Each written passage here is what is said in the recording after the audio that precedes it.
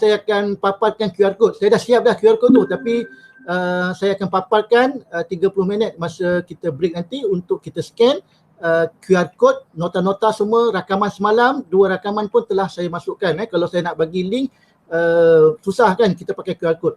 Okey. Jadi terima kasih kepada semua. Selamat pagi, Assalamualaikum, selamat datang semua. Semoga ceria, semoga pagi ni breakfast semua dah ada. Kalau tak ada pun boleh sambil-sambil santai-santai Puan Azura present, kita boleh makan-makan kudapan, breakfast dan sebagainya. Tak ada masalah okey dan slide akan diberikan dan sebagainya. Okey. Tapi kalau boleh kita dengarlah duduk sambil makan, sambil minum, kita duduk mendengar perkongsian ilmu. Jadi tanpa melengahkan masa lagi, saya menyerahkan majlis ini, floor ini kepada Puan Azura Kamuzaman. Beliau adalah pensyarah kanan daripada UiTM kampus Seramat di Johor. Beliau adalah pensyarah Fakulti Pengurusan Maklumat dalam, kita tengok dalam biodatanya dah 12 tahun dan tentulah Puan Azura ni sentiasa dengan saya dalam buat inovasi dan sebagainya. Okey, itu sedikit tentang Puan Azura. Okey, jadi Puan Azura ready? Yeah, ready. Okay, floor to you. Assalamualaikum warahmatullahi taala wabarakatuh. Selamat pagi. Selamat Hari Raya. Maaf zahir batin untuk semua rakan-rakan yang bersama saya pada pagi ini. Terima kasih kepada Cik Bakri selaku moderator kita pada pagi ini.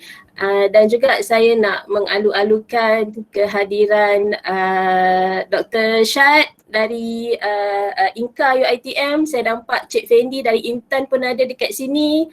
Rakan-rakan pakar rujuk, Cik Darus dan juga pastinya yang kita raikan pada pagi ini adalah rakan-rakan kita daripada Create dan juga dari dari JKR. Saya difahamkan dari JKR sepatutnya daripada seluruh Malaysia lah kan.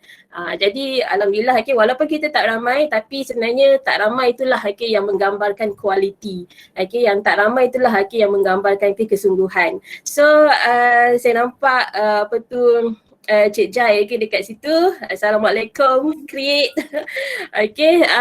Dan saya pada pagi ini saya cuma nak berkongsi tentang secara ringkas saja sebenarnya tentang salah satu kaedah pengendalian projek yang kita akan gunakan apabila kita melaksanakan KIK. Jadi seperti mana yang tuan-tuan dan puan-puan sedia maklum, dalam pelaksanaan KIK dia punya rules dia, ada undang-undang dia yang kita kena ikut, yang kita kena patuhi.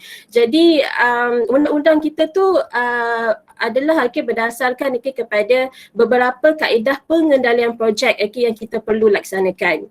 Jadi seperti mana yang kita semua sedia maklum, basically kita ada tiga yang utama. Sebenarnya kalau kita ikutkan banyak kaedah yang kita boleh gunakan, tapi dalam konteks kita seperti mana yang disarankan oleh pihak mampu, seperti mana yang disarankan oleh UiTM dan juga pihak Intan sendiri, kita ada 3 major kaedah pengendalian projek yang kita akan gunakan.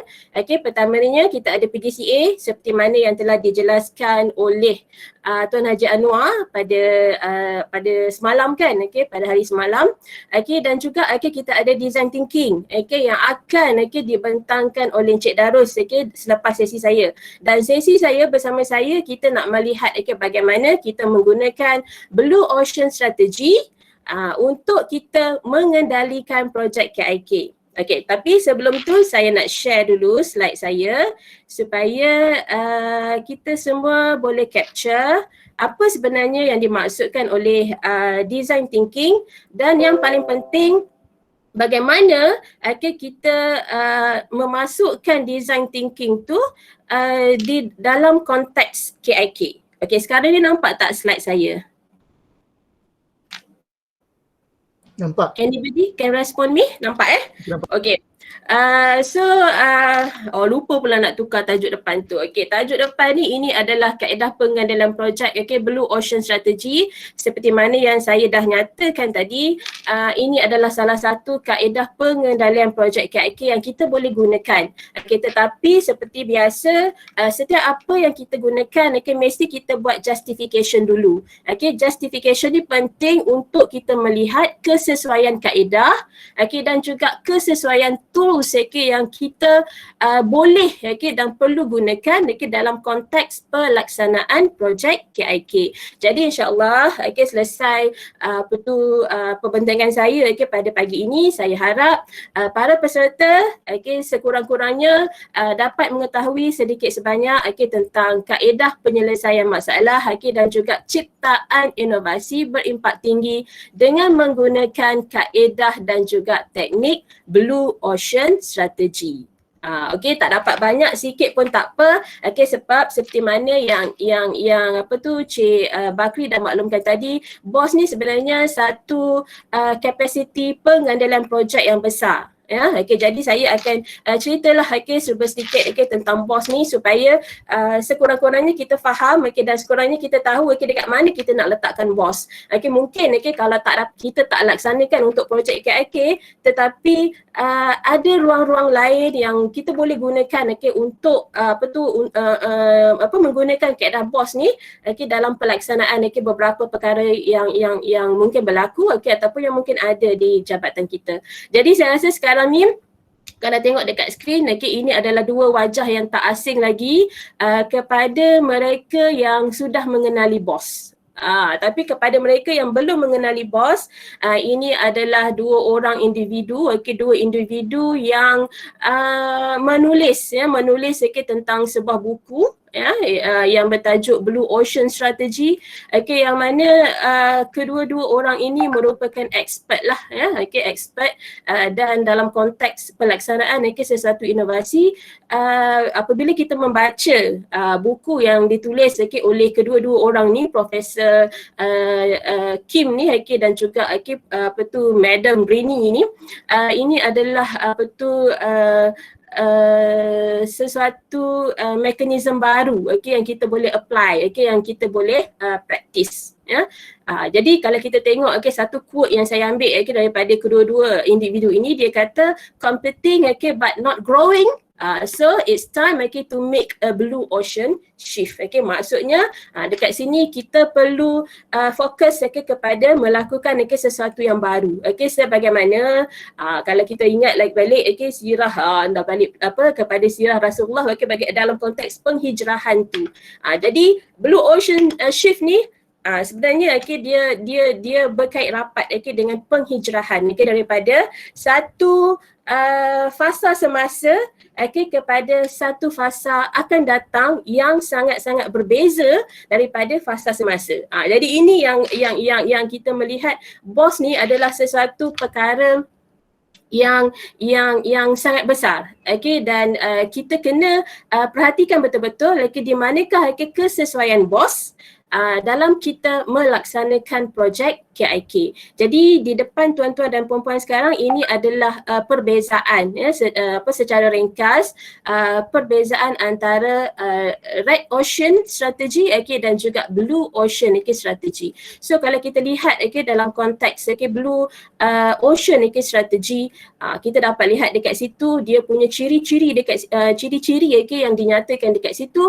mewujudkan ruang pasaran yang tidak ditandingi. Maksudnya kita pioneer, okay, dekat situ, okay, kita adalah juara, okay, there is nobody yang boleh compete dengan kita, there is nobody yang melakukan perkara yang sama, okay, dengan kita, dan akhirnya kita menjadikan competition tu is not more relevant. Okay, persaingan tu tak relevan lagi because, okay, we are the one and only, kita pioneer.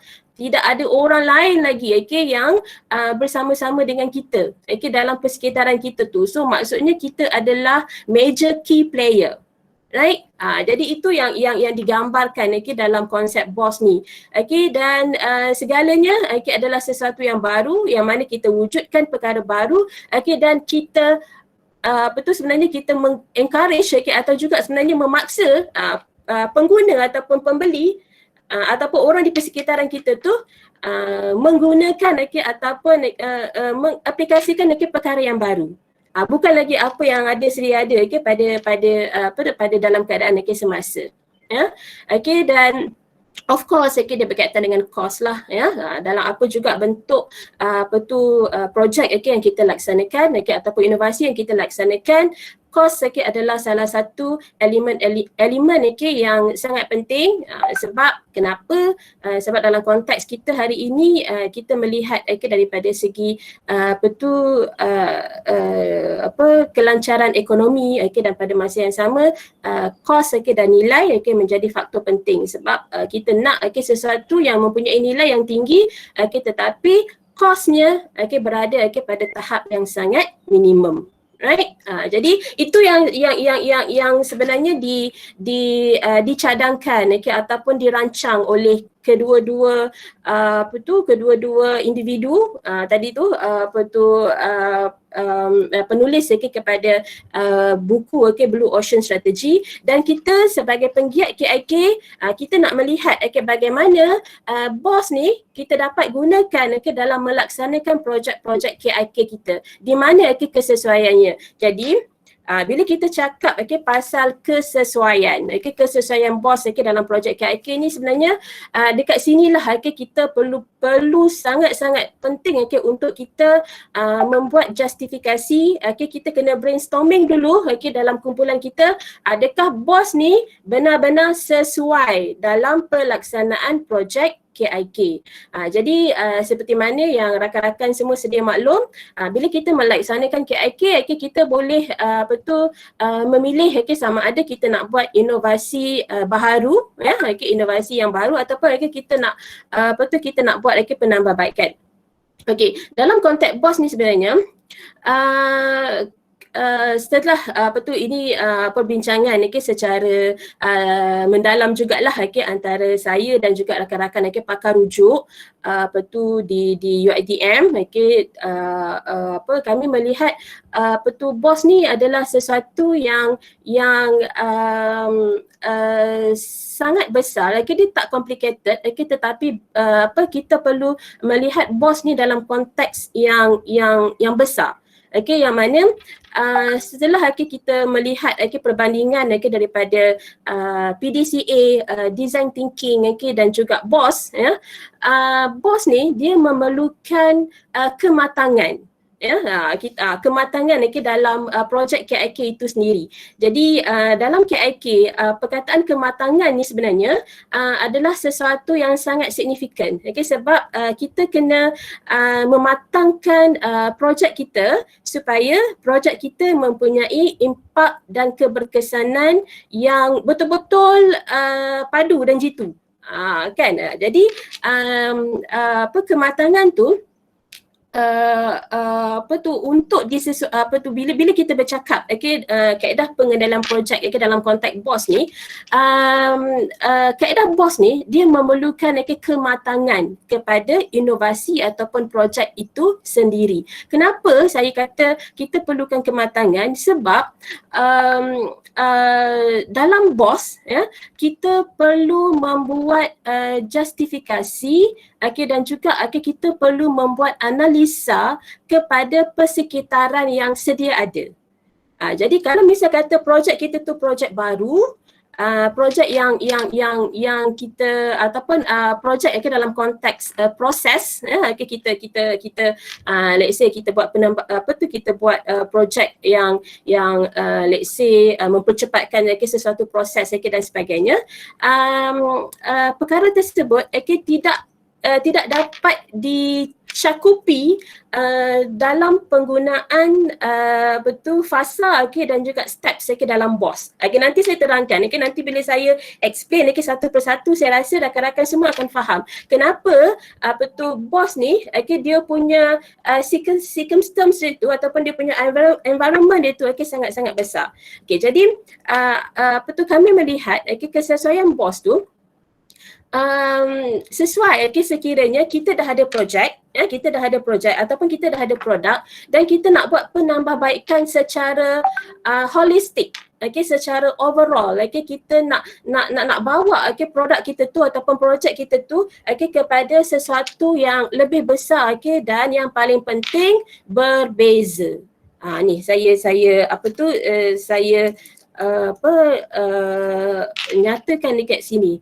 The word berbeza ni. Kan? Ni berbeza ni sangat penting. Sebab apa? Sebab dalam Blue Ocean Strategy kita meletakkan diri kita sebagai pioneer, sebagai juara, sebagai the one and only. So that is why projek kita perlu berbeza. Dia bukan projek alternatif kepada sistem ataupun kepada proses yang sedia ada. Sebab kalau kita nampak kebanyakan projek-projek KIK yang kita laksanakan, dia adalah projek alternatif kepada proses ataupun sistem sedia ada. Yang mana kita nak mempercepatkan, kita nak memudahkan, kita nak mengurangkan human resource, perkara-perkara macam tu yang kita bincangkan. Tetapi dalam BOS kita mencipta peluang baru dan berbeza. Sebab itu justifikasi kita, kita mesti bergerak atas dasar projek yang kita dah sedia ada. Dah ada produk, dah digunakan sepenuhnya, dah ada di pasaran, ada pembeli maksudnya. Ada pengguna yang menggunakan produk tersebut dan juga ada persaingan yang hebat. So bila ada persaingan yang hebat, barulah kita boleh meletakkan diri kita sebagai pioneer. Barulah kita boleh cipta peluang baru dan berbeza. Dalam konteks ini kita tak syok sendiri sebab kita ada pesaing di sekeliling kita, and then we want to develop something new and different. Jadi ini konsep yang kita akan praktikkan sekiranya kita memilih BOS dalam pelaksanaan projek KIK kita. Right? Jadi kita kena melihat kekuatan produk kita. Jadi sebab itu apa yang telah dinyatakan oleh Cik Bakri pada awal tadi, kesesuaian. Di mana kesesuaian projek ataupun inovasi kita untuk kita adapt, untuk kita aplikasikan kepada kaedah pengendalian projek yang tertentu.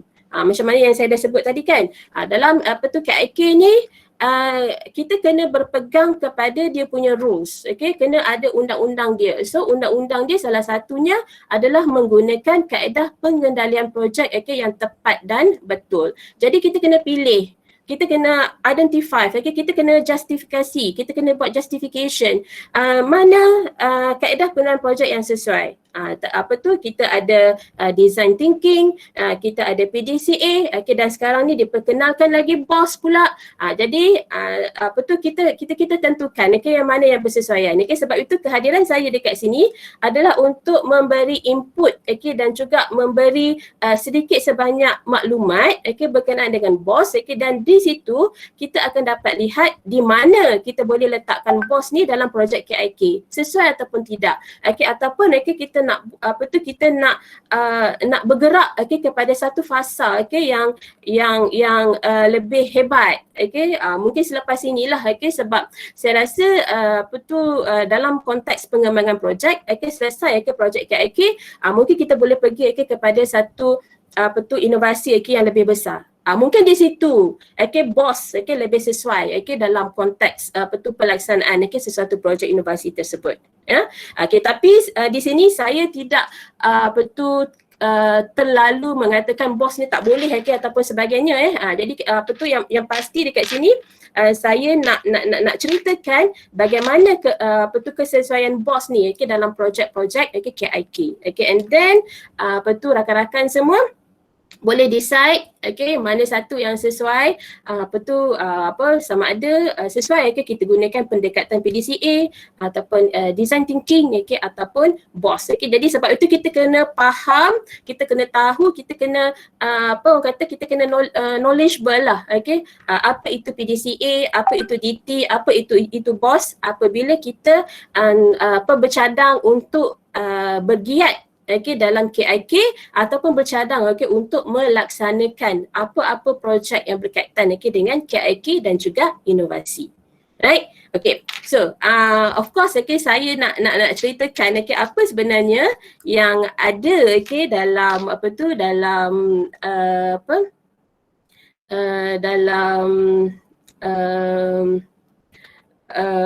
dalam BOS ni. Jadi semalam Haji Noor kata dalam PDCA kita ada 4 fasa.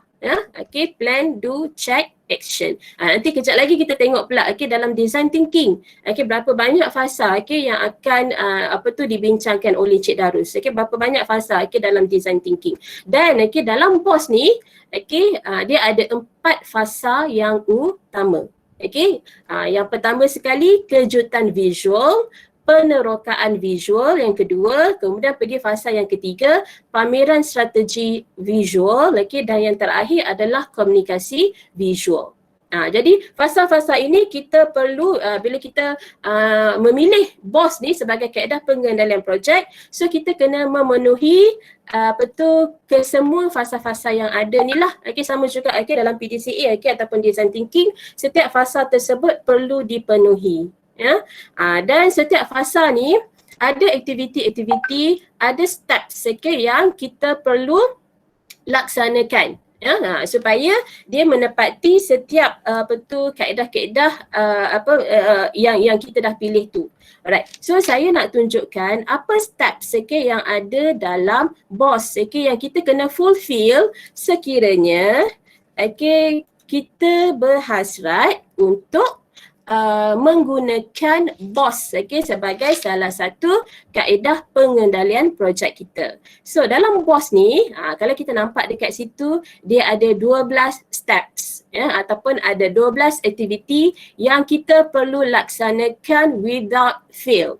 Kena satu persatu, ada 1 sampai 12 tu semuanya kita perlu laksanakan. So kalau kita quote balik apa yang Tuan Haji Anwar cakap petang semalam kan dalam perbincangan dia berkenaan dengan tools yang digunakan dalam PDCA, Haji kata dalam PDCA kita boleh pilih tools ataupun alat quality control tools yang bersesuaian. Tak semestinya kita kena ambil semua dan tak semestinya kita kena ikut apa yang orang lain buat. Pemilihan tools adalah berdasarkan kepada kesesuaian projek kita, apa inovasi kita dan apa tools yang kita nak gunakan. Tools ni penting kan sebab kita menggunakan tools untuk menganalisa data-data yang kita ada, sebab at the end of the day, at the end of the process tu kita nak membuat keputusan. Kan? So kita menganalisa punca. Sebab at the end kita nak buat keputusan apakah kaedah penyelesaian ataupun bagaimanakah kita nak menyelesaikan sesuatu masalah tersebut. Jadi kita kena boleh pilih apa tools yang bersesuaian. Itu dalam PDCA. Dan mungkin dan juga sedikit sebanyak melibatkan DT sebab DT dengan PDCA ni dia boleh berkongsi tools. Tetapi dalam BOS kita tak pakai tools yang dipakai oleh PDCA dan juga design thinking. Dia ada steps dia yang tersendiri yang kita kena fulfill. So ada 12 steps yang kita kena fulfill. Nanti saya akan explain apa yang kita perlu buat pada setiap steps tersebut. Dan pada masa yang sama, kalau kita lihat pada step yang keempat, step yang ketujuh dan juga step yang ke-10, di mana dekat sini kita kena turun ke lapangan. Turun ke lapangan ni bermaksud kita kena berjumpa dengan pengguna, kita kena membuat analisa berdasarkan input-input yang kita dapat dari pengguna, dan juga kita kena melihat keperluan pengguna tersebut secara komprehensif. Jadi sebab itu ada steps dalam Blue Ocean Strategy ni dia ada field work. Ada 3 kali yang kita perlu berjumpa dengan pengguna untuk mendapatkan input-input yang kita boleh analisa, supaya daripada situ kita boleh tentukan apa kita punya jalan penyelesaian kepada masalah yang ataupun kepada isu ataupun kepada projek ataupun inovasi yang kita sedang laksanakan. So kita kena fulfills daripada 1 sampai 12 ni. Tak boleh skip mesti kena ada. Ada kesemua ni barulah kita boleh claim, kita kata projek KIK kita menggunakan Blue Ocean Strategy sebagai kaedah pengendalian dia. Kalau tak fulfill ni, maksudnya belum boss lagi lah.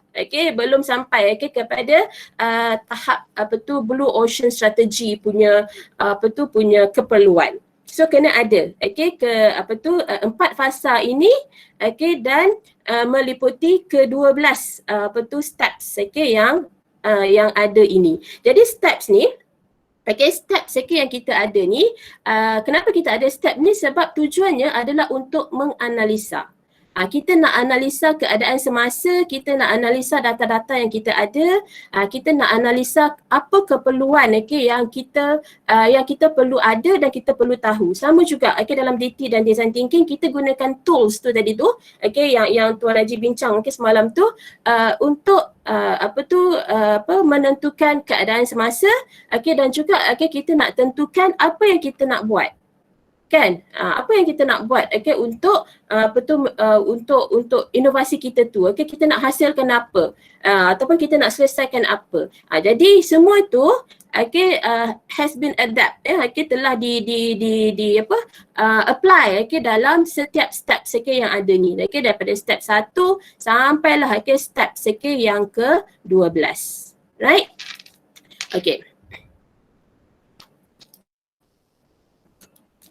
Ini sekarang ni kita lihat direct kepada projek KIK itu sendiri. So semalam Tuan Raji dah sebutkan tentang quality control story ataupun QC story.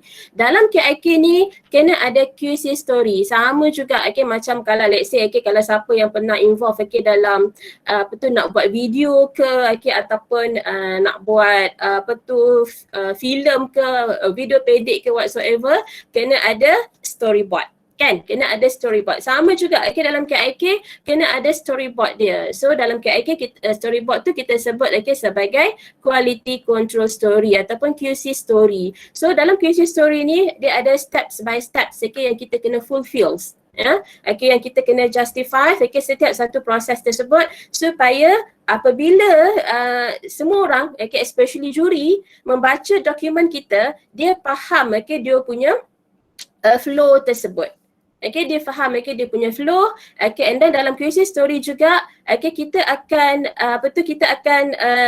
lihat dia punya plot, dan juga kat mana dia punya climax.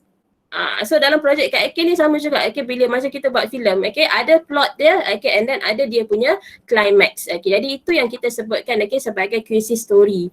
So dalam proses KIK yang ini saya rasa semua orang dah faham, dia melibatkan beberapa proses lah, yang mana kita kena buat pemilihan projek, kita kena buat penjelasan projek, kita kena analisis apa juga peluang-peluang penambahbaikan yang kita boleh laksanakan.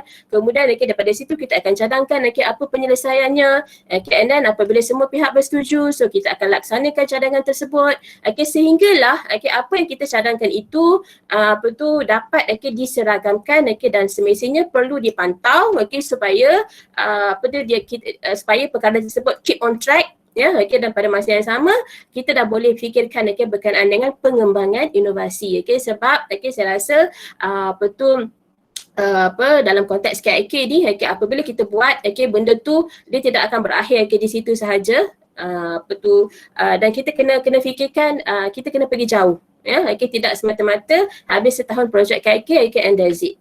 So kita kena pergi kepada satu fasa yang lebih baik, satu fasa yang lebih memberi impak kepada kita lah sebagai penggiat KIK dan juga penggiat inovasi. Jadi sebab itu dalam KIK ni dia ada pengembangan supaya apa yang kita ada tu is not just there. habis dekat situ sahaja. Okey, tapi kita boleh kembangkan untuk untuk jadikan inovasi kita tu sesuatu yang lebih besar, sesuatu yang lebih memberi impact kepada bukan semata-mata kepada jabatan kita tapi kepada masyarakat dan juga negara. So, bagaimana kita sesuaikan betul proses-proses KIK ni dalam kaedah BOS, ya. Jadi ingat tadi dalam kaedah BOS kita ada 4 fasa dan juga kita ada 12 aktiviti ataupun 12 steps yang kita kena laksanakan. Jadi seperti mana yang rakan-rakan semua dah nampak dekat situ, so kita ada kejutan visual tadi, itu berada pada proses pemilihan projek dan penjelasan projek. Kemudian fasa yang kedua, penerokaan visual. Dekat situ kita menganalisis apa peluang penambahbaikan dan juga mencadangkan penyelesaian dia. Kemudian pada fasa yang ketiga, pameran strategi visual. Dekat situ kita melaksanakan cadangan penyelesaian dia. Dan komunikasi visual tu maksudnya kita dah mula menyeragamkan, dah buat pemantauan dan juga ke arah pengembangan projek, dan kalau rakan-rakan boleh nampak dekat sini bertindak. Bertindak. Dan pada fasa pelaksanaan cadangan penyelesaian tu kita dah mencipta inisiatif Laut Biru berdasarkan pembentukan inovasi nilai yang kita dah buat tadi. Dan di situ pada fasa pameran strategi visual ni kita dah mencipta inisiatif Laut Biru. So dekat sinilah kita meletakkan diri kita sebagai pioneer dalam sesuatu inovasi ataupun dalam sesuatu projek tersebut. Ya, jadi yang ini nanti saya akan ceritakan dalam setiap aktiviti BOS ni untuk memulakan projek, memahami prestasi semasa, penilaian inovasi nilai, mencipta inisiatif Laut Biru, bertindak, apa steps yang kita perlu yang kita perlu buat, apa steps yang kita perlu laksanakan. So 12 steps tadi dia akan berada pada setiap aktiviti-aktiviti yang ini. Right? So saya rasa setakat ini rakan-rakan clear, jelas dengan apa yang saya dah ceritakan berkenaan dengan BOS dalam dalam pelaksanaan projek KIK. So of course kena ada Gantt chart, kena ada carta perbatuan supaya kita dapat melihat pelaksanaan projek kita tu dapat kita dapat lihat dalam konteks yang lebih tersusun. So maksudnya kita tahu dah kita nyatakan nanti pada bulan ini nak buat apa, pada bulan depan nak buat apa, pada bulan seterusnya nak buat apa. Sama juga macam Tuan Haji Anwar sebutkan semalam, ya, bila kita buat sesuatu projek kita kena ada Gantt chart, kita kena ada carta perancangan dan pelaksanaan supaya kita tahu bila kita perlu bergerak.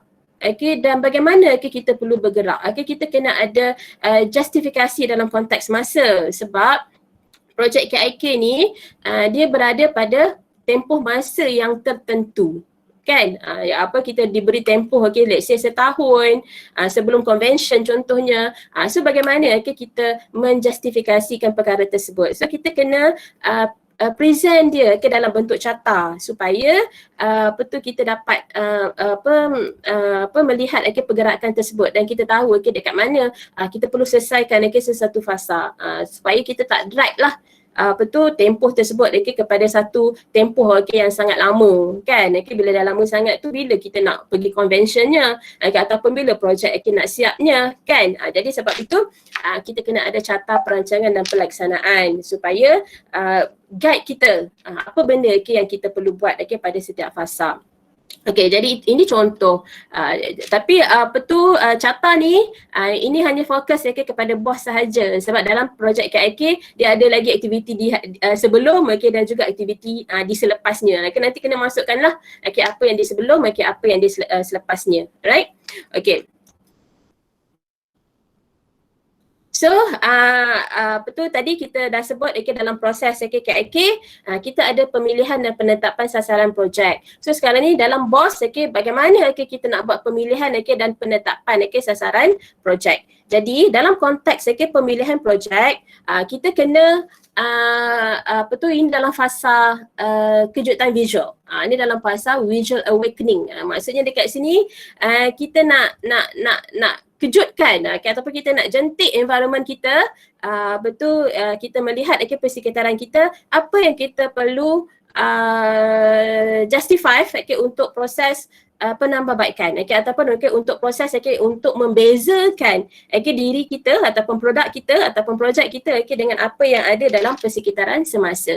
Jadi dalam konteks ini kita akan memprofile. Kita akan buat kita akan profiling apa projek kita dengan mewujudkan portfolio nilai penawaran produk dan juga kita akan profilkan produk tersebut. Jadi ini adalah steps ataupun saya sebut kat sini sebagai alat kualiti jugalah sebab kita bercakap tentang projek KIK kan. Jadi kalau dalam PDCA apa semua tadi kena buat kena buat rajah metrik lah, kena buat scamper lah, ataupun kena buat rajah pokok dan sebagainya. Jadi tapi untuk dalam BOS ni kita buat canvas ataupun kita buat jadual, kita buat peta. So dalam pemilihan projek kita akan buat jadual peta PMS. PMS ni stand for Perintis Mindah Selesa ataupun in English Pioneer Migrator Settler. So kita akan buat jadual peta PMS dan juga kita akan buat peta PMS itu sendiri. Sebab daripada sini kita akan dapat tentukan apa latar belakang projek kita dan apa signifikan projek kita tu.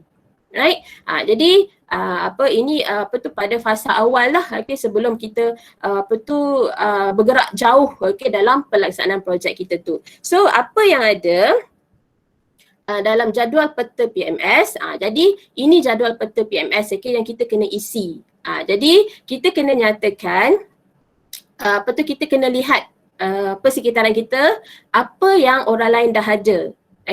Pesaing-pesaing kita. Kalau kita bercakap pasal produk, apa pesaing kita dah ada. Ataupun kita bercakap pasal servis, apa pesaing kita yang ada.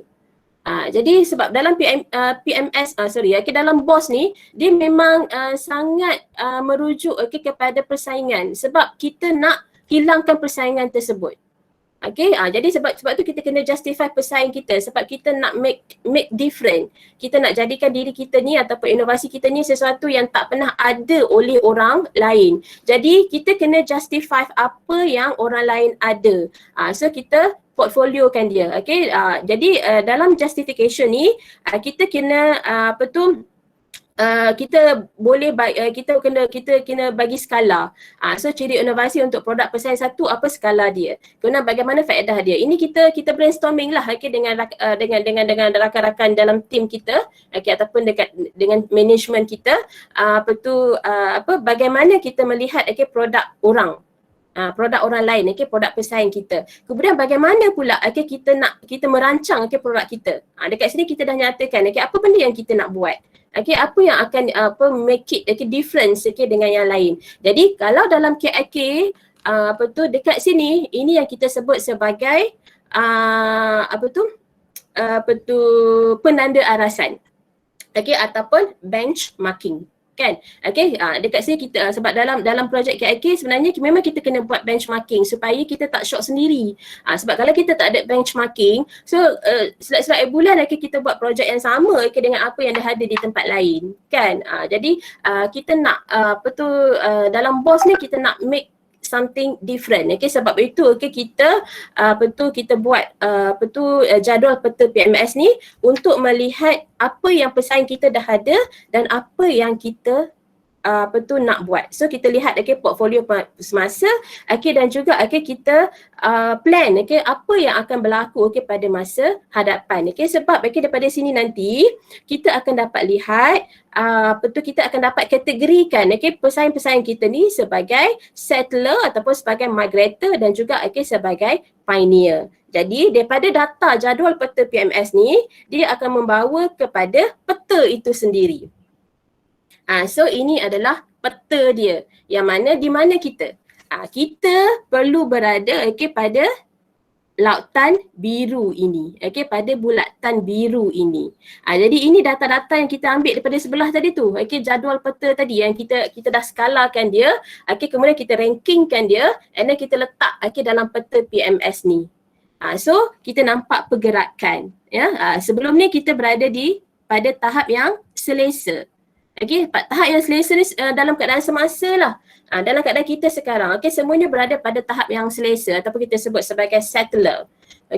Jadi apabila kita buat benchmarking tu tadi, so kita nak make it different. Kita tak nak produk kita ataupun inovasi kita tu sama dengan apa yang sedia ada dalam konteks semasa. Jadi kita nak pergi beyond. Kita nak pergi kepada sesuatu yang unggul. Jadi kita rancang, kita dah buat benchmarking tadi. Jadi kita tentukan apa yang kita nak buat, apa yang make it different. So dalam peta, maksudnya kita dah berada jauh. Kita dah berada pada portfolio masa depan kita dah berada pada satu fasa perintis ataupun pioneer. Kita juara dekat sini. Sebab kita dah merancang sesuatu yang tak sama dengan apa yang dah sedia ada. Jadi ini perlu ditunjukkan dalam dalam dokumentasi KIK. So kita kena tunjukkan peta PMS ni supaya kita dapat melihat arah tuju kita. Ini kita punya sasaran. Dalam kita kena nyatakan kita punya sasaran kan. Kita nak sasarkan apa. So kita nak sasarkan pada tahap ini. Kita nak jadi perintis berdasarkan ciri-ciri yang telah kita nyatakan dekat sini tadi.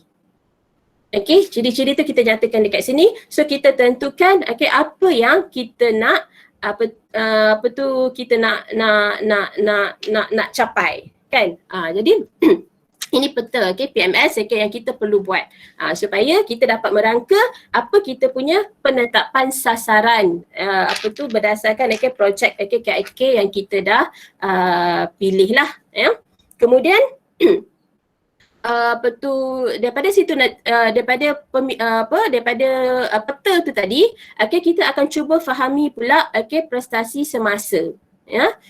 Berdasarkan faktor-faktor persaingan dan ciri produk lah. Maksudnya dekat sini kita sedang menjustifikasi untuk menentukan what the best for us.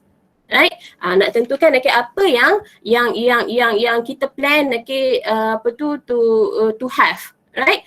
So kita kena faham prestasi semasa dan kita kena buat pula canvas strategi semasa. So apa dia canvas strategi semasa? Jadi inilah dia. Right? So ini adalah yang ini kita boleh customize ya berdasarkan apa yang kita buat. Ya, macam yang ini adalah berkaitan dengan servis pengurusan pengurusan di pejabat lah ya. Jadi ini kalau misalnya kata kita buat produk, so kita tukarlah ciri-ciri ini kepada ciri produk, right?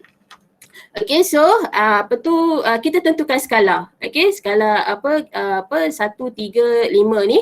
Jadi kita tentukan let's say apa yang kita ada and then apa yang pesaing ada. So yang ini kita justify yang dekat sini kita nyatakan keadaan semasa kita sebab nanti kita ada jadual canvas strategi semasa dan juga jadual canvas strategi akan datang. Jadi yang akan datang tu yang kita akan laksanakan. Yang ini kita nak menganalisa dulu apa yang kita ada supaya daripada sini kita akan dapat buat justifikasi bagaimana kita nak make it different dengan orang lain. So kita bagi skala. Daripada bagi skala ni, daripada hasil daripada sini kita akan dapat ni canvas strategi semasa. Di mana kita sekarang? Kita dekat line merah ni, ya. So pesaing kita line hijau dan line biru ni. Jadi dekat sini kita dapat lihat dah dekat mana kita punya kekurangan, ya. Dan dan apa sebenarnya yang kita nak sasarkan. Kan, sebab daripada canvas strategi semasa ni kita dah nampak kita punya weakness tu dekat mana, and then bagaimana kita nak jadikan line merah ni dia akan berada di atas. Dia akan berada di atas. Dia akan mengatasi pesaing-pesaing yang sedia ada ni. Jadi ini kita sebut sebagai canvas strategi semasa yang kita perlu buat dalam kita punya dokumen. Jadi daripada sini kita akan tahulah dekat mana perubahan yang kita nak buat. Dekat mana perbezaan yang kita nak develop supaya kita pioneer dalam dalam keadaan yang tersebut. So tadi kita dah dapat dah apa benda yang kita nak sasarkan. So sekarang ni kita seperti biasa dalam KIK kita kena menganalisis, ya. Kita kena berdasarkan apa yang kita dah yang kita nak capai tadi, kita punya sasaran tadi. So kita kena analisis apa benda yang kita boleh buat, ya. Bagaimana kita nak mencapai sasaran tersebut, dan kita masuk kepada fasa yang kedua dalam dalam BOS, iaitu visual exploration ataupun penerokaan visual. So apa steps dia? Dalam step visual exploration ni ataupun penerokaan visual ni, kita nak kena kenal pasti kita punya pengguna, pelanggan kita ataupun pembeli kita, di mana dalam pembeli ni dia ada banyak kategori. Jadi dekat sini dia lebih kurang macam design thinking juga. Sebab kita kena dapatkan input tu daripada pengguna ataupun pembeli. Sebab tu tadi saya sebut di awal kan, kita kena pergi kita kena turun padang. Dia ada field work punya kerja. Maknanya kita kena interview, kita kena dapatkan input, kita kena dapatkan maklumat tentang apa yang pengguna ataupun pembeli nak. Jadi pembeli ni dia ada banyak kategori sebenarnya. Dia ada kategori pengguna yang memang memakai ataupun menggunakan produk kita, dan juga ada kategori yang tidak menggunakan produk kita ataupun inovasi kita tu.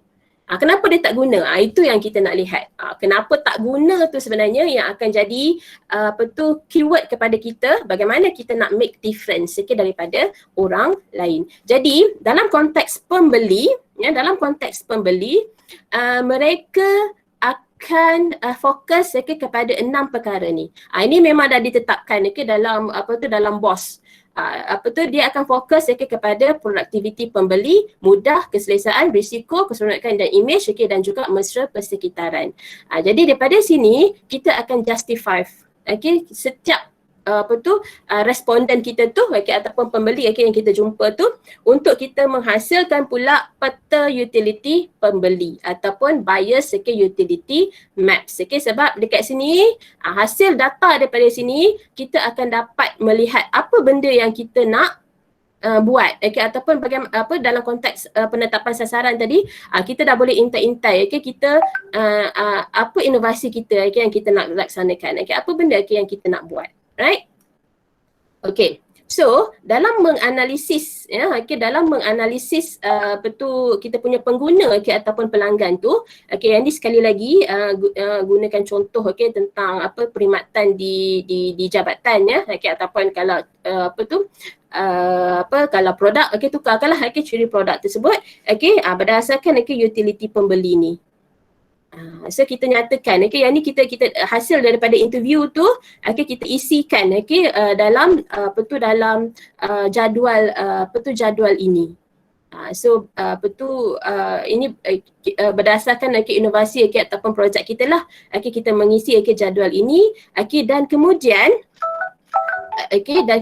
daripada situ kita menganalisis lagi jadual ni dengan meletakkan apa tawaran-tawaran yang kita boleh offer kepada pengguna supaya mereka apa tu, supaya kita dapat be different dengan berbanding dengan orang lain. Right? Jadi dekat sini kita lihat, kita justify dekat mana yang kita boleh make it different. Dalam konteks ini yang dah dibirukan, ini adalah sesuatu yang pioneer. Dalam konteks contoh yang inilah kan. Ini saya cuma hanya bagi contoh, tuan-tuan dapat lihat kat sini, ini ada contoh yang mudah saja. So kita boleh tentukan ini kita punya pioneer dekat sini. So kita dah pergi kepada lautan biru dekat sini. So contoh ni simple sangat, jadi tak nampak benda ni besar tau. Tapi tak apa, sebab nanti dengan produk kita, jadi nanti kita akan nampak kita dah make it different dekat sini, berbanding dengan tawaran-tawaran yang kita boleh berikan. Tawaran-tawaran merah, yang dalam konteks merah ni kita offer sesuatu yang orang lain pun boleh offer, yang dah sedia ada orang lain offer juga, ataupun pesaing kita offer. Tapi sekarang ni, let's say dalam persekitaran ini, kita dah offer sesuatu yang orang lain tak buat. Jadi dekat sini, sebab tu kita birukan dekat sini, supaya kita nampak. This is the things yang kita nak, yang kita nak jadikan sebagai kepada cadangan penyelesaian kita. Ataupun tawaran laut biru kita. Dia sebut sebagai tawaran laut biru kita. Right? Okay. So daripada data-data yang tu tadi, kita petakan pula dalam jadual ni. So ini teknik dia lah, teknik dia bagaimana kita menjustifikasikan data-data kita, bagaimana kita menganalisa data-data kita. So sebab dalam BOS ni dia tak ada tools yang macam yang Tuan Haji sentuh semalam, tapi dia banyak jadual. So menganalisa tu adalah kepada jadual-jadual yang kita petakan berdasarkan input-input yang kita dapat daripada responden kita. So sekarang ni responden kita adalah pembeli ataupun pengguna kepada sesuatu perkhidmatan tersebut.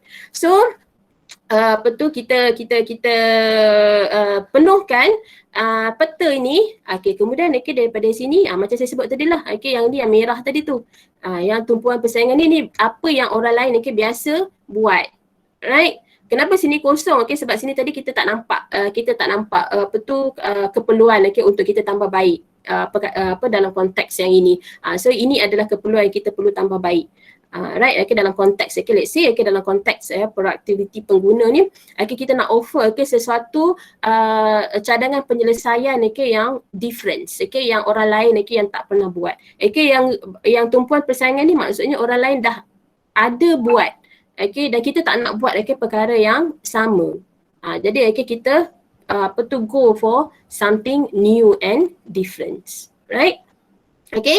Penuhkan jadual peta utility pembeli ni, untuk kita dapatkan, untuk maknanya kita dah dapat hint dah, apa benda yang kita nak fokus dalam konteks cadangan penambahbaikan. So masih lagi dalam kita menganalisis peluang penambahbaikan untuk kita interview pengguna-pengguna tadi. Dan sebenarnya bila kita menganalisis peluang penambahbaikan, kita memang sebut pengguna tu adalah individu yang sangat penting untuk kita. Jadi kita kena interview kepada ramai kategori pelanggan. Satu pelanggan kita yang dah sedia ada, tetapi sebenarnya kita ada tiga kategori pelanggan yang tiga pelanggan yang kita kategorikan sebagai bukan pelanggan. Maksudnya dia belum lagi jadi pelanggan kita. So kita kena tahu kenapa dia tak beli produk kita, ataupun kenapa dia tak gunakan inovasi kita, kenapa dia tak gunakan servis kita. Jadi sebab itu dalam BOS ni dia sangat fokus kepada bukan pelanggan. Sebab dekat sinilah sebenarnya jawapan kepada penambahbaikan ataupun jawapan kepada inovasi yang kita akan laksanakan. Sebab macam apa kita semua sedia tahu kan, okay? Kalau kita nak tahu diri kita sebenarnya, kita tak boleh tanya pada sahabat baik dia, sahabat baik kita. Sebab sahabat baik kita tu selalunya dia akan cakap benda yang baik-baik je sebab nak jaga hati kita. Tapi kita kena tanya lawan kita. So lawan selalunya akan lebih transparent. Right? Sama lah juga dalam analisis untuk peluang penambahbaikan untuk dalam BOS ni, kita kena tanya kepada pelanggan ataupun individu yang bukan pelanggan kita. So ada 3 kategori tahap. Yang kumpulan 1 ni segera menjadi bukan pelanggan. So dia tak nak, memang dia tak nak guna. Bukan pelanggan menolak, bukan pelanggan belum diteroka. Maksudnya dia tak pernah tahu pun tentang produk sedia ada kita. Jadi yang ini betul yang bukan pelanggan tapi dia menolak. Dia memang tak tak nak guna. Yang ini bukan pelanggan tapi dia tak tahu pun pasal produk kita. Yang tahap 1 ni pula dia mula dia guna produk kita ataupun inovasi kita, tapi disebabkan oleh satu pengalaman buruk dia terus tak jadi pelanggan kita dah. Dia terus tak nak guna dah produk kita. Jadi mereka inilah sumber utama, primer source untuk kita tentukan apa inovasi yang kita boleh develop untuk jadikan kita different daripada orang lain. Ini yang sebestnya dekat BOS ni sebab dia sangat-sangat justification dia tu sangat-sangat jelas berdasarkan input-input yang kita dapat dari lapangan. Right? Jadi kemudian berdasarkan input tadi kita kena isi pula jadual 3 tahap kumpulan bukan pelanggan. So siapa tadi? Kenapa punca dia jadi bukan pelanggan? Berapa anggaran mereka? Apa kehendak mereka sebenarnya? Kehendak tu dekat sini. So ini lagi satu input untuk kita. Kita sedang menganalisis ni. Kita sedang menganalisis apa peluang penambahbaikan yang kita boleh buat berdasarkan input-input yang kita dapat daripada kumpulan bukan pelanggan kita ni. Ni memang sangat transparent dekat sini. So orang lawan kita biasanya tak menipu kan. So kita dah dapat input dah. Kita nak buat apa. Kita dah ada dalam perancangan kita what we are going to do. So seterusnya masuklah kepada fasa pameran strategi visual ataupun visual strategy creation tersebut. So kita dah masuk kepada cadangan inovatif, kreatif dan pelaksanaannya. Sebab tadi kita dah dapat input. So kita akan cadangkan apa benda yang kita nak buat seterusnya. Jadi dalam cadangan inovatif dan kreatif dan pelaksanaannya ni, kita kena analisa perkara-perkara tersebut dengan menggunakan kerangka 6 laluan ataupun 6 path framework. Sebab daripada sini nanti kita akan dapat lihat apa benda yang kita perlu buat. Jadi dekat sini kita dah mula untuk mencipta transformasi. So maknanya kita dah nak mencipta sesuatu yang different.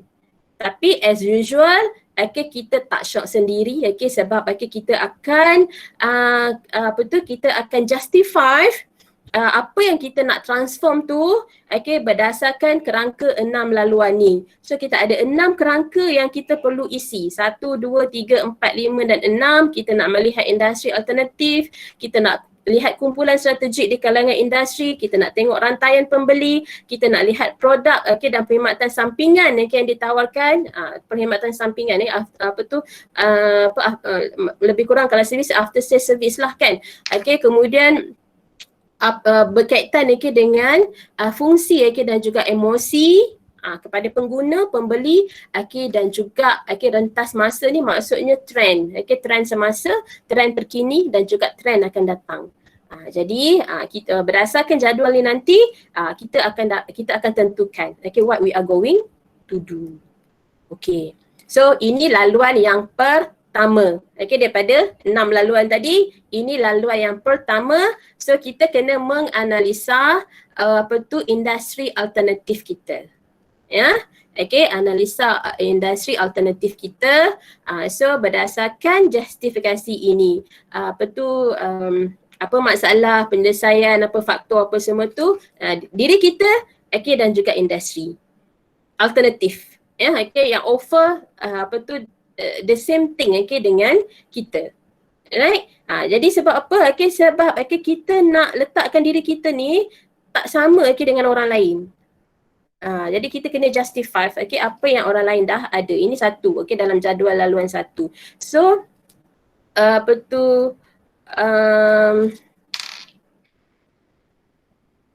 okay, yang kedua, okay, kita nak lihat kumpulan strategik okay, di kalangan industri kita.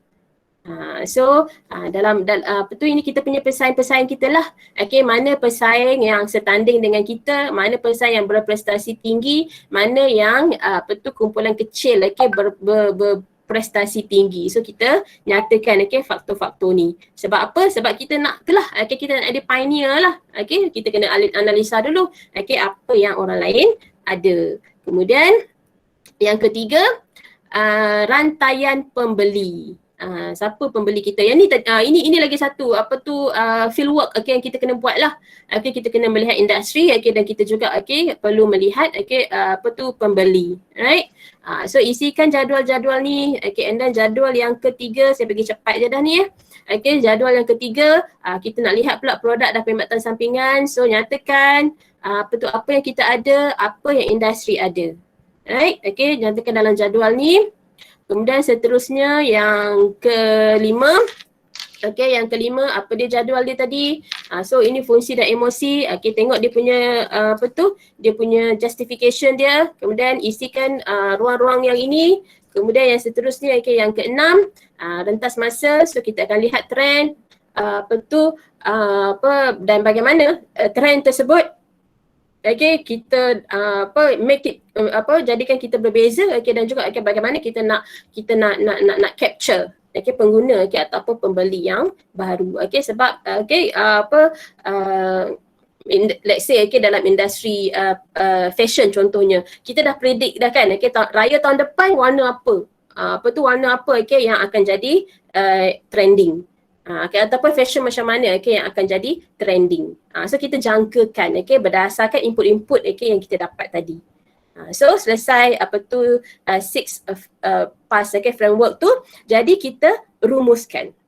So berdasarkan jadual okay, yang 6 tadi, so kita rumuskan okay, dekat sini berdasarkan data-data tadi. Kemudian okay, kita akan dapat lihat ruang mana yang akan buat kita difference okay, yang akan membuka okay, kepada laut biru. Okay, alright. So kita dah dapat tadi dah okay, mungkin satu ataupun dua elemen okay, yang kita kata ataupun nak membuka kepada laut biru, ataupun mungkin ada kena 6 elemen tu okay, penting untuk kita okay, ataupun sebagai elemen penting untuk kita, bergantunglah okay, kepada inovasi kita tu. Dan akhirnya okay, kita akan mengisi kerangka 4 tindakan ni, ERRC ni. Okay, dalam ini daripada apa yang kita dah dapat tadi, so kita akan tentukan apa yang kita perlu wujudkan, apa yang kita perlu tambah, apa yang kita perlu singkirkan, eliminatekan okay, dan juga apa yang kita perlu kurangkan. Jadi ini tools okay, yang seterusnya lah okay, yang kita kena buat okay, which is okay, ERRC grid okay, ataupun eliminate, reduce, raise okay, and create okay, kurang, wujud okay, tambah okay, dan singkir. So kita tentukan okay, kita kena isi jadual ni. So nyatakan okay, jadual ini okay, dan daripada jadual ini tentukan skor dia juga okay, kepada skala Likert scale okay, 0.5. So kita nyatakan skor dia ini, kita justify je lah kita justify je okay, skor tu. And then mungkin okay, ada yang kita tak perlu let's say kita rasa tak ada benda yang kita perlu singkirkan, so kita nyatakan tak ada je lah, right? Okay, kalau ada adalah jadi sebab kenapa kita perlu letak skor ni, sebab kita nak buat canvas strategi akan datang. Apa yang kita nak tambah, apa yang kita nak wujud, apa yang kita nak apa yang kita perlu kurangkan okay, dan apa benda okay, yang kita nak singkirkan. So inilah dia canvas strategi akan datang okay, yang kita dah dapat hasil daripada analisa kepada 6 laluan. tadi tu, okey, dan juga okey kepada apa tu ERRC tu. Kan? Jadi dah nampak dah. Tadi kan berbeza kan kita punya canvas strategi semasa, okey, dan juga canvas strategi akan datang. Okey, bila kita dah wujudkan ERRC grid tu, kita tahu okey apa yang kurang, okey, apa yang kita perlu kurangkan, apa yang kita perlu tambah, apa yang kita perlu eliminate, okey, dan juga okey apa yang kita perlu wujudkan. Tadi dalam charta tadi tak ada eliminate kan. So kita depends okey kepada charta asal tu. So dan kita beri skala. So skala ni nampak tak? Okey, kita dah mula memimpin. Okey, kita dah jadi pioneer okey dekat sini. Okey, kita dah ada strategi okey untuk jadi pioneer. Nampak kita dah mengatasi pesaing kita. Okey, pesaing 1 dan pesaing 2. So ni perbezaan dia tu. Okey, kita dah nampak. Apa tu ni asal ini kat sini warna hijau pula tau. Jangan tertukar. Tadi kita warna merah, ni kita warna hijau. Asal ni kita dekat sini. Okey, kemudian okey kita dah melonjak okey ke sini. Right? Jadi ini benda okey yang kita nak yang kita nak buat. Right? Okey. So maknanya kita dah ada cadangan penyelesaian tu kita dah ada dah, sebab kita dah tahu dah kita nak buat apa, kita nak tentu apa, kita nak buang apa, kita nak tambah apa, kita nak wujudkan apa, kita nak kurang apa. Okey, maksudnya dekat situ kita dah boleh justify dah inovasi apa okey yang kita nak buat. Jadi sampailah okey kepada fasa yang terakhir okey dalam BOS, komunikasi visual ataupun visual communication, bermakna dekat sini kita akan bertindak. So kita akan buat pembentangan kepada pengurusan. So dalam pembentangan pengurusan ni dia ada banyak lagi jadual-jadual yang kita perlu isi, ya, jadual-jadual yang kita perlu isi, sebab di sini ni juga nanti kita akan buat uji lari ataupun uji cuba, ya. Kita kena juga ada benda tu supaya kita tahu dekat mana kekurangan dan dekat mana kelemahan dia, berdasarkan pembentangan kita bersama pihak pengurusan. Ya, maknanya kita perlu dapatkan input dulu daripada pihak pengurusan, tengok apa pandangan daripada pihak pengurusan, dan daripada situ kita akan dapat maksudnya pada masa yang sama kita membuat uji lah, kita membuat pengujian kepada inovasi kita tu. So dalam table yang tuan-tuan nampak sekarang ni, ini adalah Blue Ocean Fair. Dia lebih kurang sama macam business canvas jugalah kan. So kita nyatakan data-data ini untuk kita berikan kepada pihak pengurusan. Supaya mereka faham apa yang kita sedang laksanakan ini. Kita sedang buat apa ni, berdasarkan analisa BOS analisa BOS yang kita buat terhadap inovasi baru yang kita sedang cadangkan ini. So kemudian bila selesai kita buat presentation, so kita perlu sediakan canvas yang ini pula, jadual yang ini pula, yang kita namakan sebagai canvas maklum balas pengurusan atasan. Jadi dekat sini kita akan kita sedang membuat pengujian lah sebenarnya dekat sini, ya. Kita sedang buat pengujian. So justify perkara-perkara ini, apa yang pihak pengurusan nampak, and then apa yang dia mahu, ya, berdasarkan pandangan pihak pengurusan.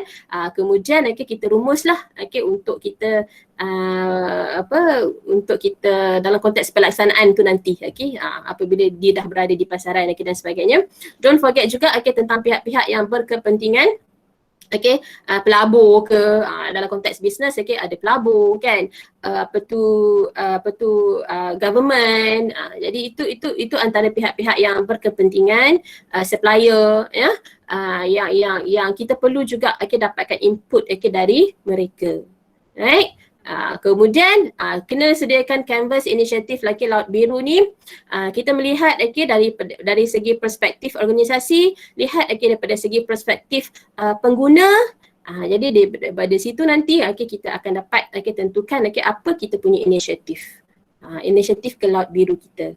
So daripada hasil tadi, hasil maklum balas daripada pengurusan, hasil maklum balas daripada pihak berkepentingan, so kita buatlah pula kuadran penambahbaikan inovasi nilai ni. So apa yang baik, apa yang perlu dibaiki, ada idea lain tak, ada persoalan lain tak, ini pun nanti akan ada dalam DT juga ni. Alright, so kita akan nyatakan keperluan-keperluan tersebut. Alright. Kemudian kita buat penilaian keberhasilan pula. Apa sasaran kita tadi, pencapaiannya macam mana, ya, daripada segi kesan, daripada segi impak inovasi nilai tu. Alright. Jadi halangan projek pula, apa halangan projek dan penyelesaian dia. So ini data-data tu tadi, canvas ataupun peta-peta tu tadi, semuanya perlu diisi supaya semua steps tersebut kita fulfill. Jadi peta-peta dan juga data-data yang saya canvas ataupun canvas yang saya nyatakan tadi, itu semua adalah 12 steps yang saya dah mention lebih awal dalam tadi tu, yang jadual yang tadi tu. Termasuk juga dengan keperluan-keperluan untuk kita turun ke lapangan.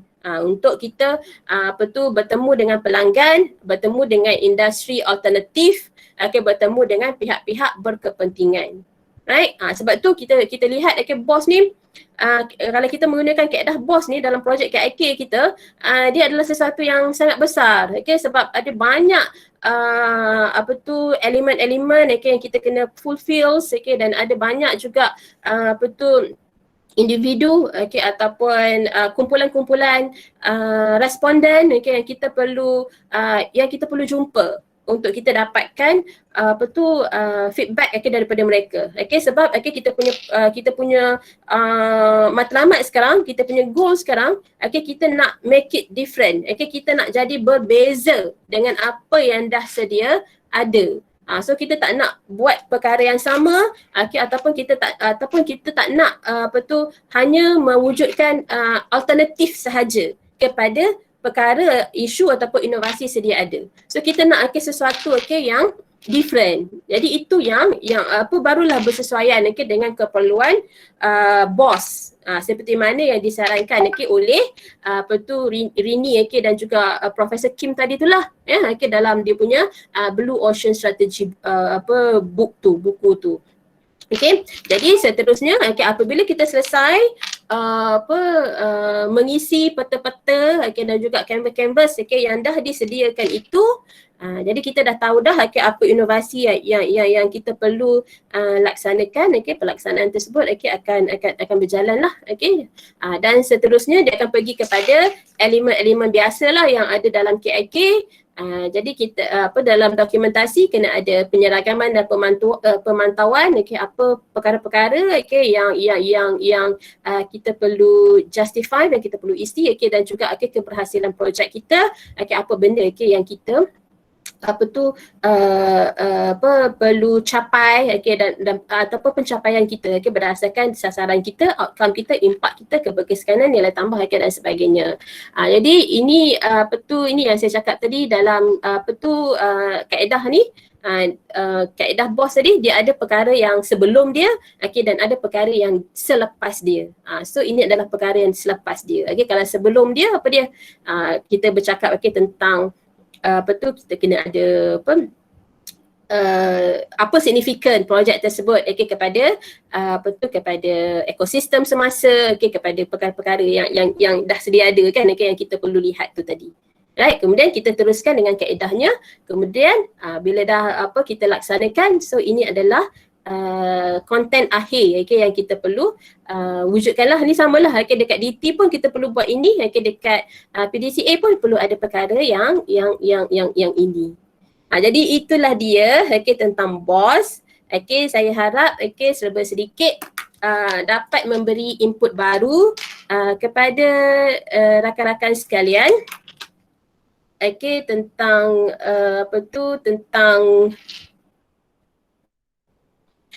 tentang kaedah pengandalan projek menggunakan Blue Ocean strategi. So selepas ini dah boleh buat decision, dah boleh tentukan which kaedah yang bersesuaian. Rakan-rakan semua dah tengok PDCA dan sekarang dah tengok BOS, dan selepas ni dah akan tengok DT. So which one much suitable. Yang penting kesesuaian. Yang sesuai dengan produk kita, dan yang paling penting juga yang mudah untuk kita laksanakan dengan sumber yang kita ada. So dalam KIK ni kita kena realistik. Jangan kita shock sendiri, jangan kita buat sesuatu yang beyond kemampuan kita. Jadi bila beyond kemampuan tu kadang-kadang dia tak akan jadi seperti apa yang kita harapkan. So kita kena realistik, and then kita kena tahu apa yang kita patut buat, apa yang kita ada, sumber-sumber yang kita ada, dan bagaimana kita nak manipulate sumber itu supaya dia akan jadi sesuatu yang different. Bukan alternatif. Dalam konteks BOS, dia bukan alternatif. Dia adalah sesuatu yang different, sesuatu yang orang lain tak pernah buat. Kita je ada. Sebab tu kita sebut diri kita sebagai pioneer. Juara dalam dalam environment tersebut. So kita bawa pelanggan-pelanggan kita ataupun pengguna-pengguna kita kepada satu arah yang mereka tak pernah rasa, tak pernah tahu pun sebelum ini. So kitalah yang menyediakan penawaran tersebut, dan immediately kita akan ubah konteks permintaan pengguna daripada permintaan yang macam biasa-biasa yang kita ada sekarang kepada sesuatu yang pengguna tak rasa macam wow, dia akan rasa wow dekat situ. So itulah Blue Ocean Strategy. Alright, so saya ada dalam 13 minit lagi sebelum 10.30. So kalau ada apa yang berkaitan yang nak tanya ataupun nak berkongsi dengan saya dan juga pakar-pakar rujuk yang lain berkenaan dengan BOS, saya alu-alukan. Back to you Cik Bakri. Terima kasih Puan Azura. Satu penerangan yang ringkas lah sebab kita tak nak nanti complicated dan mengantuk. Kalau kita nak buat hands on, kita ada pakar hands on, kita buat 3 hari bengkel, 3 hari bengkel kita buat hands on, dan saya syorkan kalau create nak buat ialah produk-produk yang dah nak pergi kepada komersial. Sebab apa? Saya nak share sikit tadi di mana sepatutnya Blue Ocean ni berada. Dalam KIK boleh, tapi nanti pening juga juri nanti dia nak melihat canvas, dan ada kadang-kadang juri tu dia tak berapa expert kan. Jadi kita risau. So kalau kita tengok dalam apa yang Mosti melihat bahawa kalau kita tengok dalam apa yang saya share di sini ialah kita melihat bahawa inilah KIK. Idea ini adalah di mana KIK berada. Sebab tu saya dalam siri yang pertama bersama tim inovasi Create, saya mengatakan bahawa cukup sekadar untuk intellectual property ataupun harta intelek kita masukkan kepada copyright saja, sebab kita nak IP kan kita punya hak cipta, copyright saja. Sebab ini di peringkat dalam kita tengok teknologi readiness level ni, kita dalam 3 ni adalah idea dulu. Cuma mungkin kita boleh masukkan 4-5.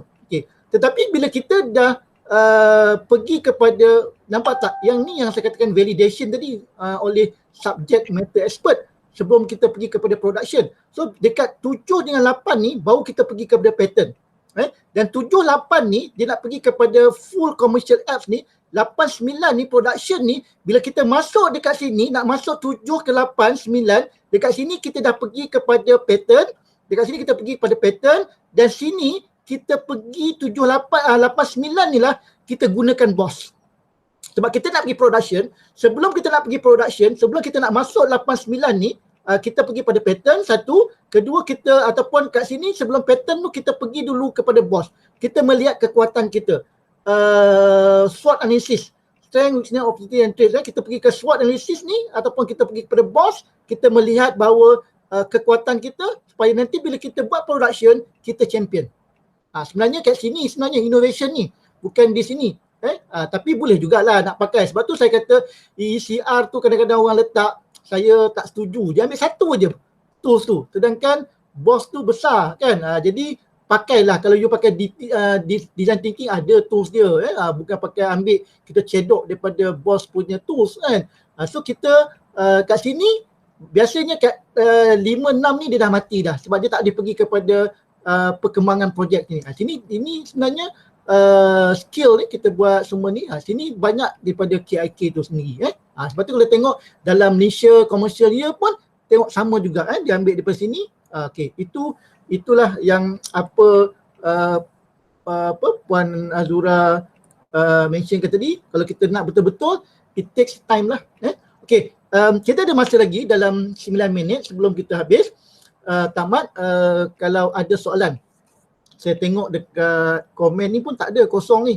Ada tak soalan-soalan nak ditanya kepada Puan Azura ataupun kepada pakar-pakar rujuk kita yang ada lah. Kalau kita boleh menjawab. Sebab tu macam tadi, kalau kita tengok ada 12 step, kita tengok dia punya canvas yang kita kena isi, pelanggan, responden macam Puan Azura kata. Jadi kita risau, bukan tak boleh kita risau, tempoh 9 bulan yang diberikan oleh untuk menjawab kita nak menjawab kita punya projek tu, takut tak sempat. Jadi sebab tu boleh digunakan, tapi tengoklah kesesuaian dia. Sebab kita masih berada di idea lagi sebenarnya. 1, 2, 3 tu kalau tengok TRL tu idea lagi. Sebab tu saya kata idea itu sekadar hak cipta. Sebab tu saya selalu mempertahankan kenapa di peringkat 1, 2, 3 tu jangan pergi pattern dulu. Sebab pattern tu produk tak matang. Jadi kita pergi hak cipta dulu. Lakaran karya untuk idea kita. Nanti kita dah penambah baik sampai nak pergi ke 6, 7 baru kita pergi kepada, ataupun lepas 7, lepas kita buat boss, kita nak buat production. Sebelum kita buat production, kita dah boss, kita dah pastikan kita ni champion, kita boleh masuk pasaran, kita dah ada business model canvas kita dan sebagainya, barulah kita pergi pada pattern, dan ke situ nanti bila production kita dah melihat 3 tahun sustainable of the product. Kadang-kadang kita pergi produk by 2-3 years produk kita dah obsolete. Itu yang kita tak nak. Sebab tu kita kena tengok secara long term. Sebab tu dalam fasa NASA tu dia buat TRL tu ialah 9 fasa, 9 level tu. Ya. Okey, kita ada 7 minit lagi. Saya buka soalan ataupun Puan Azura ada nak tambah lagi? Okey, saya nampak macam ada soalan. Okey, kalau boleh, tapi di bahagian mana idea, prototype, validation ataupun production. Okey. Okey, Assalamualaikum, saya Malik. Bolehkah tool 4Ps digunakan dalam BOSS? Puan Azura, boleh jawab? Betul, saya rasa kalau Tuan Haji Anwar ada bersama-sama dengan kita. Tuan Haji Anwar ada tak? Nampak dia ada, tapi mungkin Tuan Haji Anwar ini dia bekerja. Sebab kalau kita melihat dalam konteks ini dia benar-benar menjurus kepada elemen-elemen engineering yang saya rasa Tuan Haji Anwar ada respon yang lebih baik dekat sini. Tapi kalau ikutkan daripada 4 step dalam BOSS tu, itu memang step yang memang kita kena fulfill. Tapi saya rasa dalam konteks KIK kita boleh dalam elemen yang tertentu kita boleh customize, tapi dengan syarat tidak melupuskan mana-mana step yang sedia ada dalam BOSS. So kita boleh masukkan tools 4Ps tu untuk tujuan memberi analisa yang lebih detail, yang lebih jelas berdasarkan inovasi yang kita ada. Tetapi macam saya cakap tadi dengan syarat 12 steps yang kita dah nyatakan itu perlu dipenuhi. Dan di bahagian mana dia bergantung kepada kesesuaian sebab saya ni dalam bidang pengurusan saya kurang arif dalam konteks teknikal, sebab tu saya minta kalau boleh Haji Anwar ada dekat sini. So di mana kita boleh slot in. Tapi kalau kita lihat dekat sini, idea, prototype, validation dan production ni dia sebenarnya dah fulfill pun dalam 12 steps yang ada tu. So dalam step yang pertama yang hingga ketiga is about idea. Dalam step yang keempat sampai ke 10 ataupun 9 is about prototype and validation. Kemudian step 3 yang terakhir tu adalah tentang production. Cuma kalau misal kata ada data-data, justifikasi data yang dirasakan perlu untuk dimasukkan dalam konteks menjelaskan, memberi penjelasan yang lebih hebat, yang lebih detail kepada analisa yang kita sedia ada, pada saya is why not? Kenapa tidak? Yang penting kita jelas dekat situ.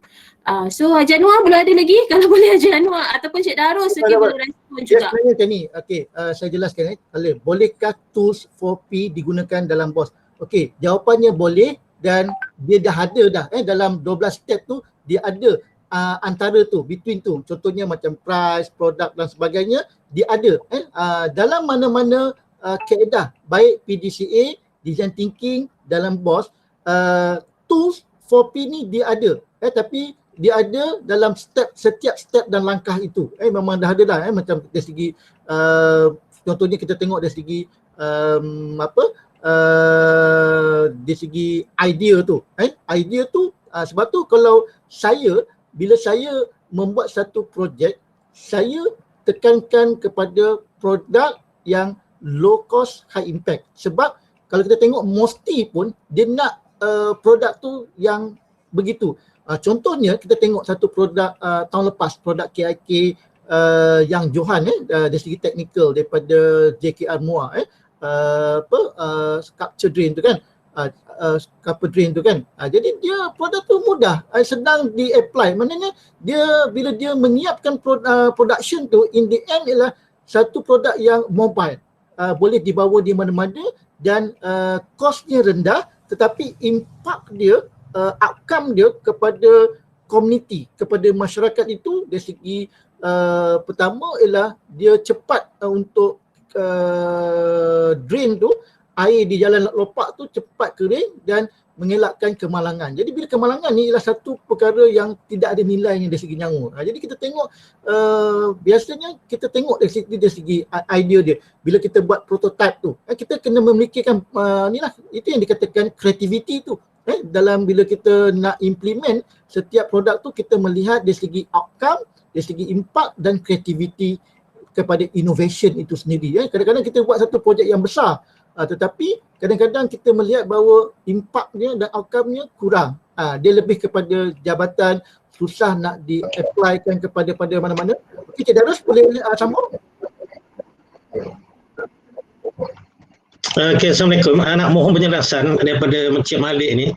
Dia masukkan 4PS tu dalam marketing ke? Produk, price, place, promotion, itu ke? Saya rasa ya. Cik Malik boleh jawab? Itu ke? Produk, price, place dengan promotion. Ya Cik Darus. Ya. Itu ke maksud 4S ni tu? Ya, jawapannya ya. 4P. Ya, 4P dalam marketing. Okey, kalau ya bermakna macam tadi Cik Bakri beritahu, bila produk tu dah ready, dia bila dah sampai TRL 7 mana readiness, bila nak masuk produk tu nak dijual komersial, pakailah, tak apalah. You boleh tunjukkan tu. Dia punya produk, buat analisis harga, kan, kat mana benda tu nak diguna, siapa sasarannya, dan buat promotionnya macam mana. Itu dah pergi commercialization sebenarnya 4S, 4PS. Itu sebenarnya. So bermakna selesai semua langkah-langkah BOS tadi yang Puan Azura dah buat, baru kita tunjukkan 4PS tadi. Apa produk kita, yang kita dah pattern dah boleh dah ready nak jual tu, kan? Berapa harga analisa market yang kita boleh tawarkan selepas kita buat analisa menggunakan BOS tadi dengan pesaing, kan? Dan di mana place itu, maksudnya sasaran market kita dan macam mana kita nak promote market. Ini kalau pergi dekat teknologi park, ini salah satu lah. Apabila kita nak menjual, dah nak komersial, ini benda yang kat sini. So level dia bila dah air semua. Itu dia. Itu betul. Tapi Seperti saya kata tadi bahawa bos ni dia duduk dekat macam Cik Darul katalah 7 dengan 8 tu, sebelum dia nak pergi 8 9 tu, dekat 7 tu kita applykan bos sebab dia dah pergi kepada 4P tadi. Dia ada dekat situ ada business model canvas dan sebagainya. So bos ni memang apa 4P tu ada dalam tu.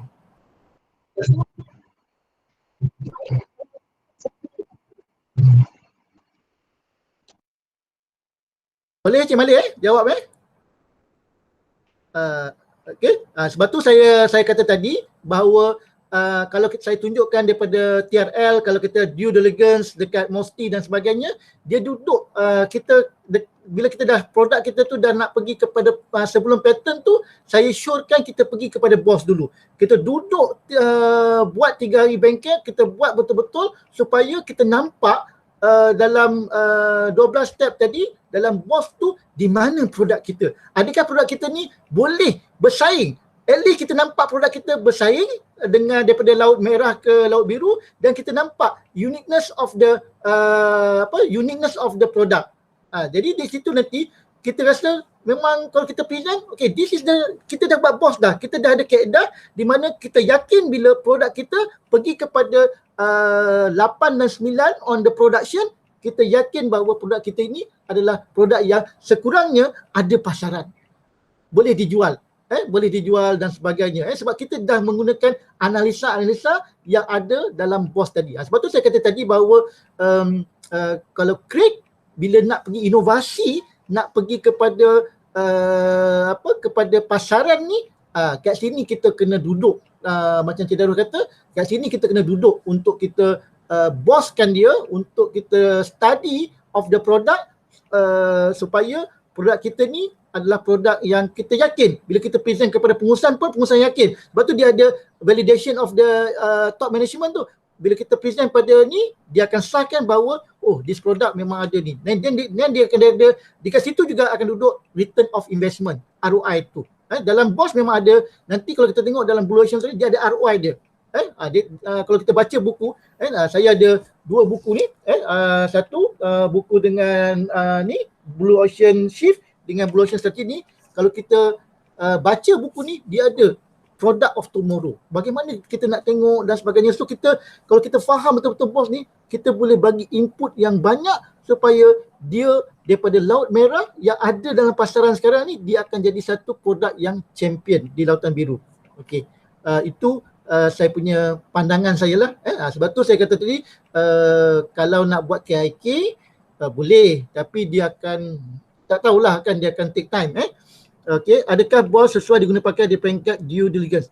Okey, kalau tanya saya, nanti Cik Darus boleh ni due diligence ni, okey, kalau kita tengok di peringkat due diligence memang sesuai. Sebab due diligence ni pun dia macam baru-baru ni kan, saya nak pitching kan, the first Mosti bila call saya ialah dia nak tengok TRL level kat mana. Kan? Dah tentu saya cakap 7, 8 kan.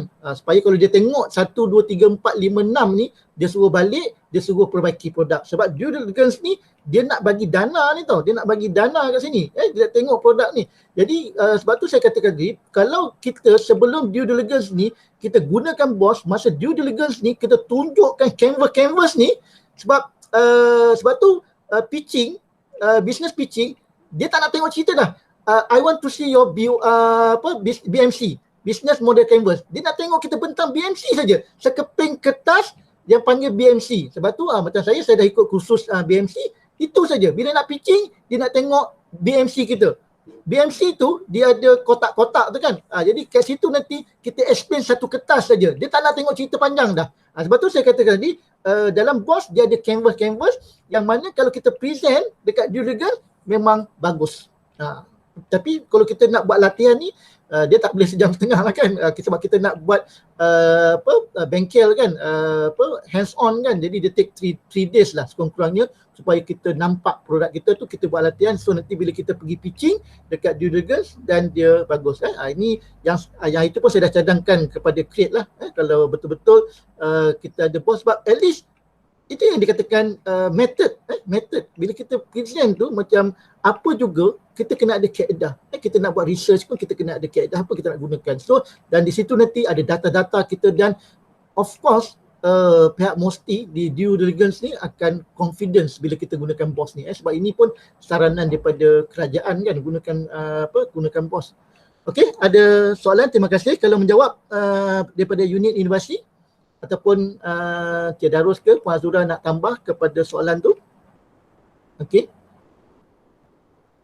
Lepas tu kita kena faham tu dari segi Mosti tu, dari segi TRL tu selalu saya tekankan dalam KIK kita tunjukkan dulu dekat mana kita nak pergi supaya kita tahu KIK ni akhirnya dia pergi ke mana kan, bukan setakat di level 1, 2, 3. 1, 2, 3 tu di peringkat idea dulu, di peringkat KIK dulu 4, 5 pun di peringkat KIK lagi dia tak sampai lagi kepada komersial sebab tu kalau kita tengok pemakahan tu sekadar replikasi lah, di peringkat komersial tak sampai lagi sebab dia lepas KIK seperti saya kata. Sebab tu alhamdulillah kalau Create next year, this year dia buat KIK, next year dia buat inovasi. Bagus tak perlu tiap-tiap tahun nak buat KIK ni. Ini saya cadangkan pada Cik Pendi lah. Maknanya at least sebab kita nak produk kita tu pergi kepada peringkat inovasi, and then kita pergi pada due diligence untuk dapatkan dana, and then baru kita pergi kepada komersial. Itu kita tengok macam saya tunjukkan graf daripada Mosti untuk due diligence 2.0 tu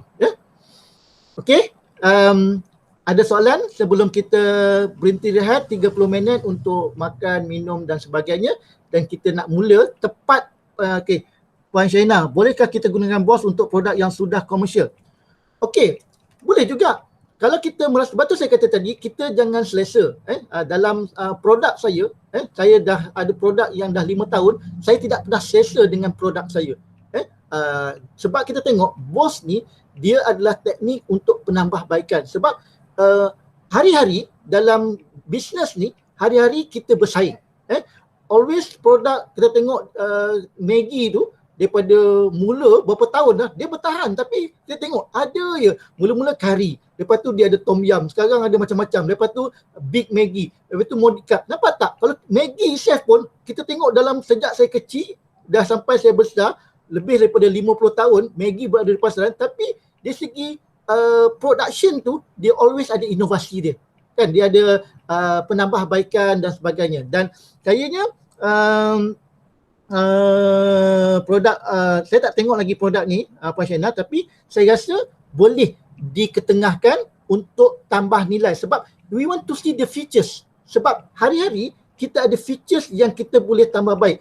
Contohnya dari segi teknologi. Now kita bercakap tentang IoT. So banyak produk-produk nak di-embedkan dengan IoT sekarang ni. Robotiknya, artificial intelligence-nya. Ini memang zaman sekarang. Maknanya semua produk dalam kereta ke, produk di rumah ke, produk apa pun, kita nak tambah baik dari segi IoT tu, IR 4.0 tu. So di mana elemen-elemen IR 4.0 tu boleh kita embedkan dalam produk kita ni. Itu yang kita kena lihat. Dan saya kata kalau Puan Syaina tanya, bagi saya memang BOS lah untuk produk yang sesuai.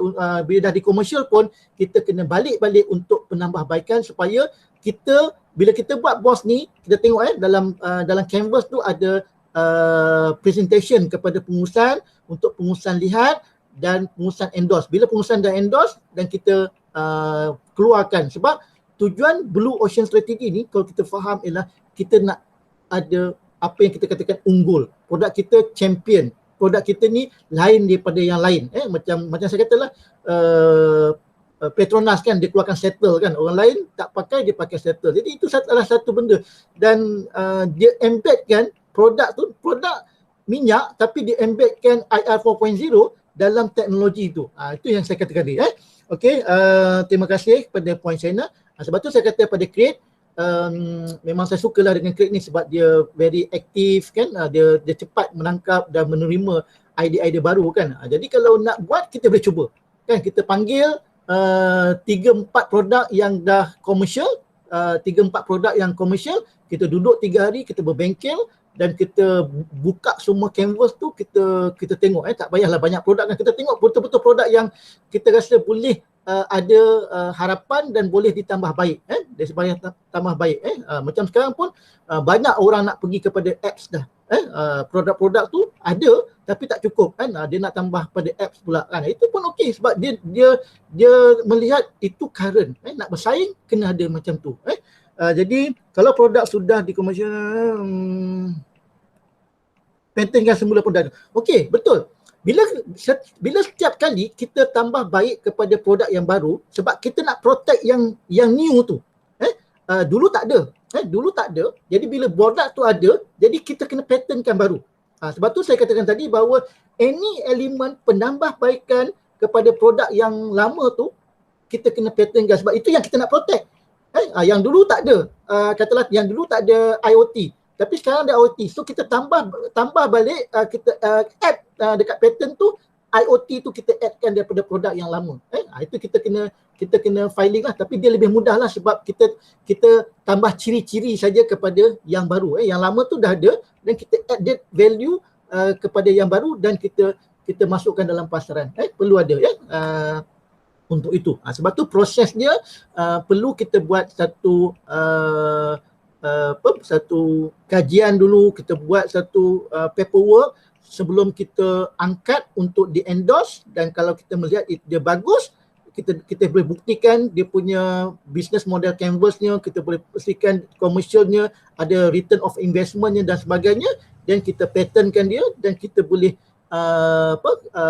pergi kepada komersial tadi. Kita boleh pergi kepada komersial sebab komersial ni kita dah nak pasarkan. Maknanya produk itu akan ada di tangan pengguna. Kan, produk tu dah mass production dah kan. Jadi kita kena teliti lah. Takkan nanti macam Honda kan, produk dah masuk ke pasaran lepas tu tarik balik kan, ada itulah default lah, ada default ni kan. Sebab saya rasa dia tak betul-betul melihat dari segi testing tadi prototype tu sebelum dia ke pasaran. Bila dah masuk pasaran, dia kena tarik balik kan. Ada komponen-komponen yang tidak berfungsi kan. Kadang-kadang sebab environment negara tu, cuaca dan sebagainya.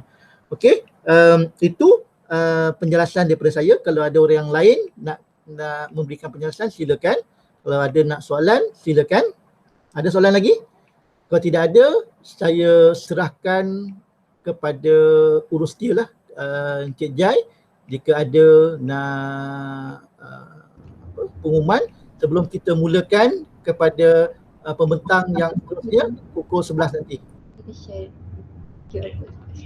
Okey, terima kasih Syed Bakri dan juga Puan Azura di atas perkongsian berkaitan dengan kaedah, dan juga Cik Darus di atas perkongsian mengenai kaedah BOS sebentar tadi. Dan alhamdulillah kita dah dengar mengenai kaedah PDCA semalam dan juga hari ini BOS. Dan selepas ini kita akan dengar pula berkaitan dengan kaedah design thinking yang mungkin akan disampaikan oleh Cik Darus. Dan kami bagi pihak Rusetia ingin memaklumkan juga kepada peserta yang masih lagi belum mengisi attendance, yang kita dah bagi link dekat ruangan chat sebentar tadi, mohon untuk isi attendance ya untuk kita punya rekod. Dan kepada para peserta yang berada di Create, kita telah pun sediakan minum pagi dan juga sarapan di foyer tingkat 2 Aras 2 Blok A. Jadi insyaAllah kita akan bermula sebentar lagi pada pukul 11.15 pagi, ya Cik Bakri? 11? 11.15 ya? Boleh 11.15 okey, boleh. Okey, itu sahaja, nanti kita akan bertemu sebentar lagi selepas rehat. Terima kasih. Assalamualaikum.